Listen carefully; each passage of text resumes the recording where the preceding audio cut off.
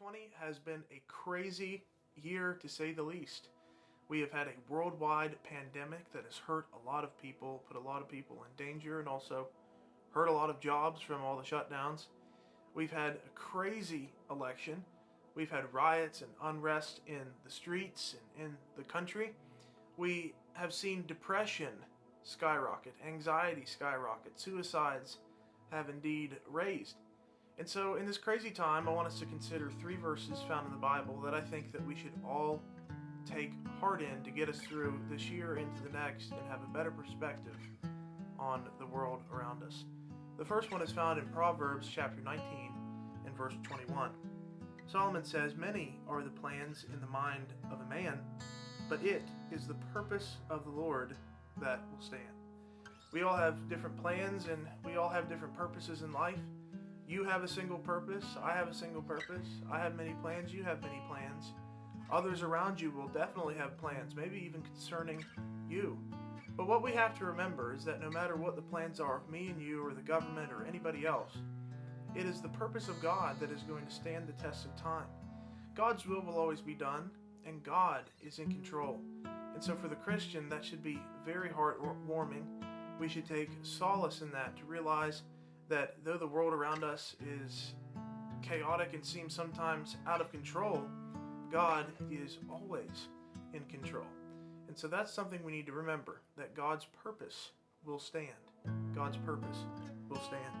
Another verse that I want us to keep in mind is found in Hebrews. Hebrews chapter 13, verses 5 and 6. Here it says, "I will never leave you nor forsake you."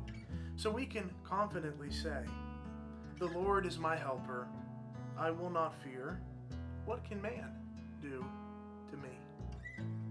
Jesus has given us a promise that He's not going to leave us, and He will not forsake us.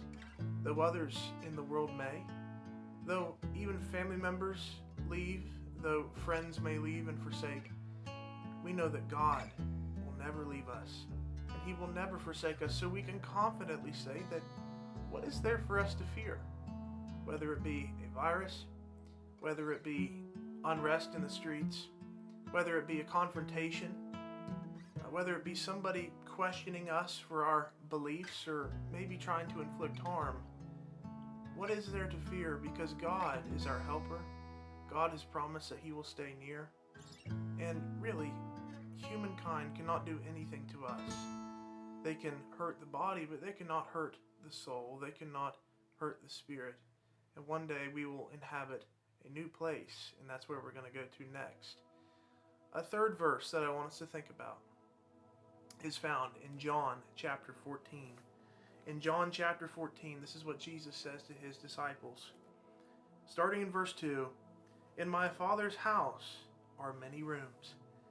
If it were not so, would I have told you that I go to prepare a place for you?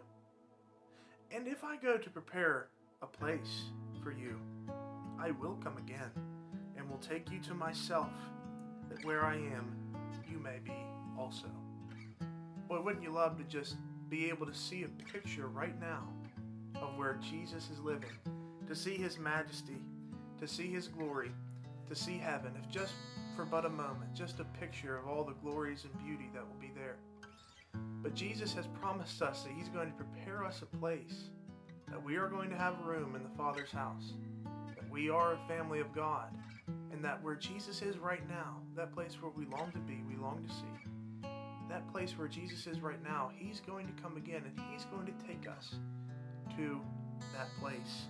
The Hebrew writer again says in chapter 13 and verse 14, "For here we have no lasting city, but we seek the city that is to come."